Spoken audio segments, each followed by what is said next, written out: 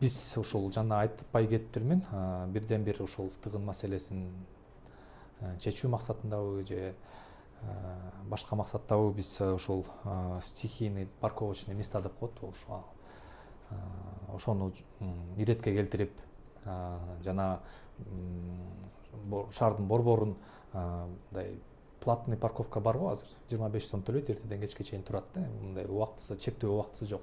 Ошону убактысы менен кылсак болот атабыз, почасовая оплата деп коебуз го. Ошол долбоор азыр үстүнөн иштеп жатабыз.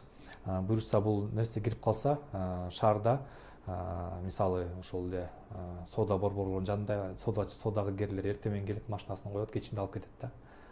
Соодага келген, соода кылам деп келген адамдар койгонго орун жок. Эгер почасовой кылып койсок, алар ошол келип эртеден кечке койбойт беле деген ойдобуз да.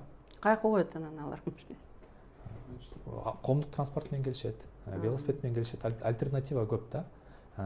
Жана эле мэр айтып кеткендей, бир машинада бир киши келет атпайбы, ошондой эле жумушка эртең бир машинада бир киши келет да. Кайра бир машина менен кетет да, ошол эле көйгөй жарылып атат.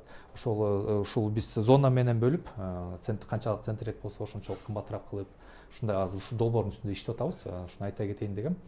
Жана бул элдерден суранып кетерим, жарандардан, Бишкек шаарынын тургундарынан бул жол белгилерин жол белгилерин жана жол правила дорожного движения сактаса дейм да. Анткени мен байкайм, көп жерде 3.27 жол белгиси турат, 8.24 менен кошулуп турат да, эвакуатор менен кошотчу. Аны карабайт эч ким, ошонун алдына барып коюшат. Коллегам айткандай, жетишпейт булар физически барып ошолорду алып кеткенгечи. Буюрса биз ошо эвакуаторду көбүрөөк алсак, аны муниципалдык кылып алсак, ошол жол эрежесин бузгандар азаябы деп ойлойм. Жана эми бул кичинекей көйгөй, бирок айта кетиш керек, ошол жол эрежесин сактабандыктын айынан ушу тыгындар да бирден бир жаралып жатат. Себеп дегенде ар бир көчөнү алсак, только солго деп бурулуп поворот жол белгиси турса, көбү аны өзүнүн акылдуу сезеби же кандай билбейм, аны ушул келип туруп ошол бош жак менен келип туруп оң жакка кирип кетем деп колдонот да бардыгычы. Ошол эгер баарыбыз бири-бирибизди сыйлап, ушундай жол белгилерин аткарсак, тыгын мынчалык болбойт беле деп ойлойм да. Ошон үчүн